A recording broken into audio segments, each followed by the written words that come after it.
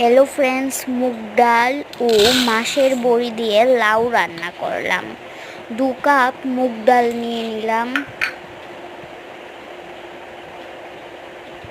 লাউ কুচি করে কেটে নিলাম, মাছের বড়ি নিয়ে নিলাম, আদা কুচি নিলাম, কাঁচা লঙ্কা নিলাম।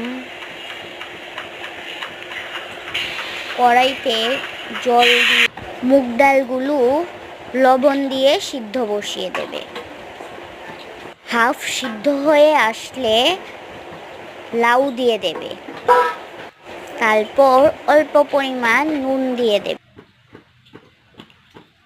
লাউ আর মুগ ডাল সিদ্ধ হয়ে গেলে নামিয়ে মাছের বড়িগুলো ভেজে কাঁচা লঙ্কা ফেলে উপর দিয়ে দেব।